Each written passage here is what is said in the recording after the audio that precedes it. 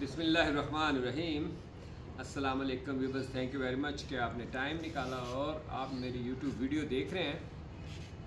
अभी जो मैं आपको एक नुस्खा बताने जा रहा हूँ, ये प्रोस्टेट ग्लैंड वालों के लिए नुस्खा है। ये बड़ा ही आसान और 200% मौसर नुस्खा है।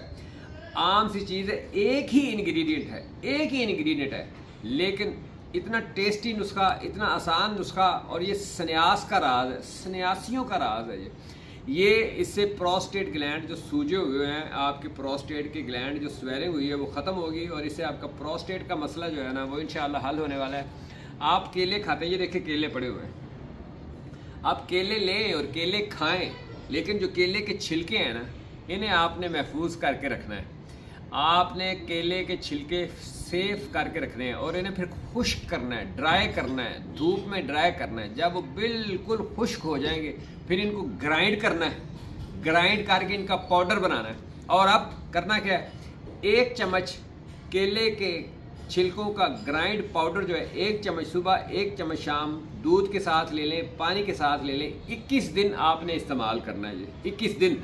तो 21 दिन में इंशाअल्लाह ताला आपके प्रोस्टेट ग्लैंड जो उनकी स्वेलिंग वो ख़त्म होगी, आपका यूरिन जो रुक रहा है वो बिल्कुल नॉर्मल होगा और आप नॉर्मल लोगों की तरह ज़िंदगी गुजारेंगे। और ये प्रोस्टेट ग्लैंड जो होते हैं ना, ये ज़्यादातर 50 के बाद शुरू होते हैं, ग्लैंड सूजना शुरू हो जाते हैं।